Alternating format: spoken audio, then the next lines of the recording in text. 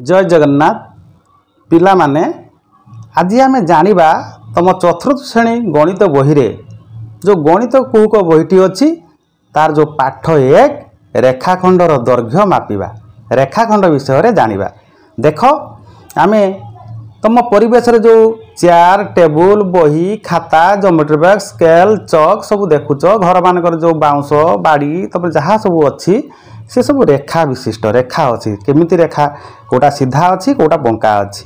देख ये जो रेखा देइची दुईटा झील धरी ए रेखा को देख यही सीधा पूरा टाणिकी धरी ए सुतुलटी को पूरा सीधा अच्छी। एठी देख दुई जन पुओ धरी टाणिकी एटा हूँ कौन अच्छी बंकई जाइए बंका अच्छी।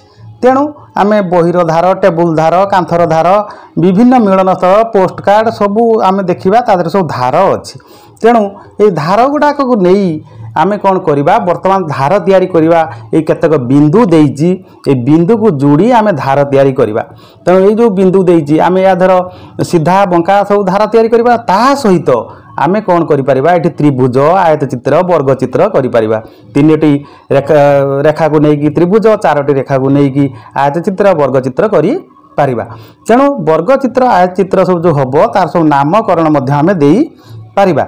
जो नामकरण क ख ग त्रिभुज होते कि प फ ब आयत क ख ग घ वर्ग चित्र भी होते सेमती दे पारिबा।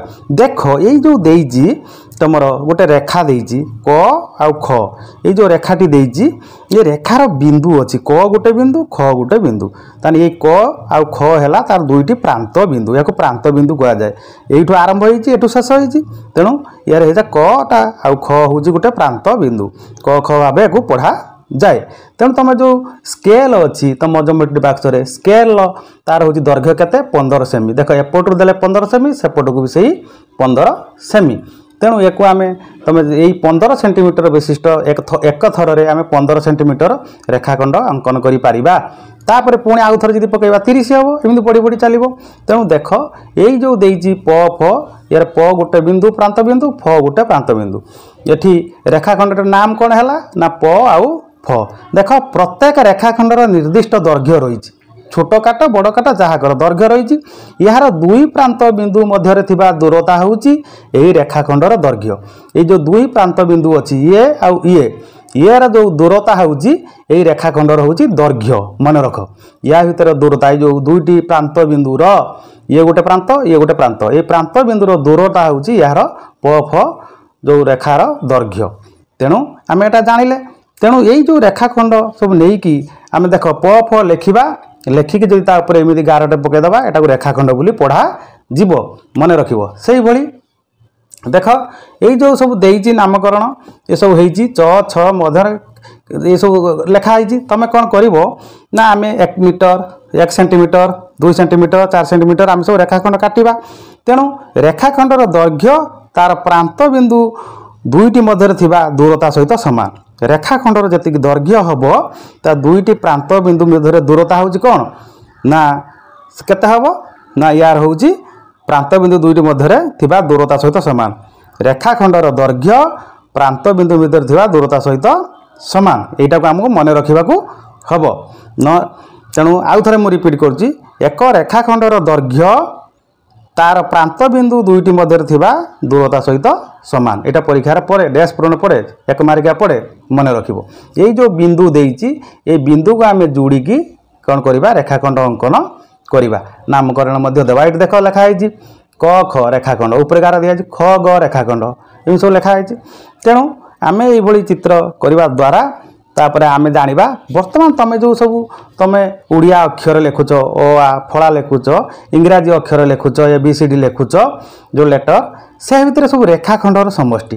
देख केमती मु कहूँ ना बहीर लिखी जहाँ आम भी से कहते देख AEFHIKL सब लिखाई। ये जो अक्षरटी लेटरटी 3टा ताधर अच्छी 1 2 मझे 3 ई हूँ 4 एफ हूँ 3, एच हूँ 3, आई हूँ 1, के हूँ 3, एल हूँ 2, एमती सब रेखाखंड रही। एम रो 4टी, एन रो 3टी, टी रो 2टी, भि रो 2टी, एमती रेखाखंड सब रही। एठी कहूँ तुम सांगंकर सब ना लिखो इंग्राजी रख, एठी उड़िया लिखो इंग्राजी लिखो और अक्षर केतोटी अक्षर रेखाखंड से अक्षर केतोटी रेखाखंड मनकर लिखाई सत्य से लिखी सत्यम सत्यम लिखी एठी सत्यम रही के रेखाखंड गणव केतोटी अच्छी जमीती ए रे 3टी, एस रे केते अच्छी कि नहीं, वक्र अच्छी कि सीधा अच्छी, टी रे केते अच्छी, ए केते अच्छी, सेमती सब रेखाखंड गणिकी लिखिबो। मनकर एठी ओम लिखाई एटा तो नहीं रेखाखंड नहीं, एटा वक्र रेखा। ओम रे एम रे अच्छी 1 2 3 4, ए 4 केतोटी हला 8टी। जदि ए गोटे खाली ओ एम था तो 4टी होता, ये अच्छी 8टी हम। ये जो पिलाटी करी 4टी लिखिदे से भाई अभ्यास कार्य देख। ये अभ्यास कार्य जे देइछि कौन ना एन ले केतोटी रेखाखंड अच्छी 3टी, डब्ल्यू रे 4टी, एम रे 4टी, जेड रे 3टी, ई रे 4टी। से भाई पाख चित्र रे केतोटी रेखाखंड अच्छी ये जो चित्र रही 1 2 3 4 5 6 7 8 8टी रेखा अच्छी। से देख त थ त द प द द ध द दंते न द प न सब लिखाई तार नामकरण दब एठू एठी। एटा गोटे है ये गोटे नामकरण करिवो, एटा गोटे नामकरण करिवो, एठू नामकरण करिवो, एटा नामकरण करिवो, ये एठू एटी नामकरण करिवो, या सहित यार नामकरण, या सहित यार नामकरण, या सहित यार नामकरण करिवो।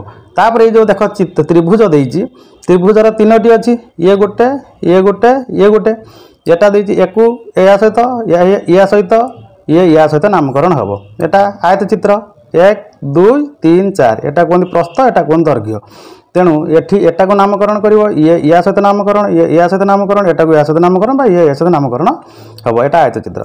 वर्ग चित्र सेम 4टी 1 2 3 4 देइछि क ख ग घ देइछि नामकरण करा जिवो। एठी देख जो देइछि से कहूछि निम्नलिखित दैर्घ्यर रेखाखंड अंकन कर 4 सेंटीमीटर 7 10 स्केल ले पकेइकी तमे दैर्घ्य अंकन करिवो। कर सारा पर एठी जो 8 नंबर देइछि ये चित्रटी से कहूँ तले दि जाइबा चित्र रे केतोटी लेखा रेखाखंड अच्छे से गुटिक नाम लेख गणिदेव। एठी हला 1 2 केते गणिब ना 1 2 3 एटा 4 5 6 6टी रेखा अच्छे। ये जो ग्लास टी देइछि 1 रेखा 2 3 एटा गोल अच्छी एटा हबनी तो 3टी। एठी सेमती केतोटी अच्छी 7टा 1 2 3 4 5 6 7 7टी रेखाखंड अच्छी। एठी केतोटी अच्छी 4टी अच्छी।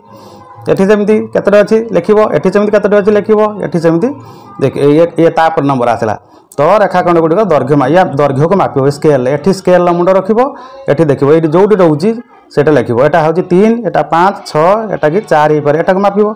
से बड़ी एटा गुटे कहूची बिंदु दिया है, बिंदु को जोड़िबो, जोड़िने एटा गोटे घर भलिया हला, एठी बिंदु को जोड़िने गोटे माछ भलिया हबो लिखिबो। से बड़ी चलिबो। तापर एठी 11 नंबर चित्र देखि रेखाखंड दैर्घ्य केते खाली स्थान रे लिखिबो। ये रेखाखंड दैर्घ्य एठी देख एठी देइछि 0 रु आरंभ होइछि, एठी सरछि 8 पाखरे सरिछि, तेणु एटा 8 सेंटीमीटर हैला लिखिले। एठी किंतु 2 रु आरंभ होइछि 6 पाखरे सरिछि, एटा 6 हबा कथा जेहे एठी 0 रु आरंभ होइथिने एठी सरथिने 6 होइथांदा। 2 रु आरंभ होइछि 6 रु 2 पळे 4 तेणु 4 हबो। किमि 4 हैला देखो 2 रु 3 1 2 3 4 एटा सेमिति 0 रु थिने एटा होइथांदा 6 जेहेतु 1 पाखरु अछि एटा हबो केते 5। से भाई देख यार 2टी अच्छी, यार 2टी अच्छी रेखा, यार 3टी अच्छी, यार 4टी अच्छी। ये सब जिनस कर ये गोटे भल जिनस आसला से गोटे 6 सेंटीमीटर दैर्घ्यर रेखाखंड अंकन कर सोपान लिखा। यहाँ गोटे मन दब भल भाव मन रख केमती ना खातार आगे गोटे बिंदु अंकन करवा, यही बिंदुर नाम क देवा एवं क किंतु से जो बिंदुटी अंकन तुम कर से कर सारा तुम से क बिंदु ठारू 6 सेंटीमीटर स्केल दाग सहित मिलाई अन्य एक बिंदु दब, से ही बिंदु को यही जो क बिंदु तार नाम ख दब और क बिंदु ख बिंदु को स्केल जोड़ीदेव। जोड़ीदेला स्केल उठे आण से बिंदुर तापर मापिदेव जी 6 सेंटीमीटर लिखी दबा।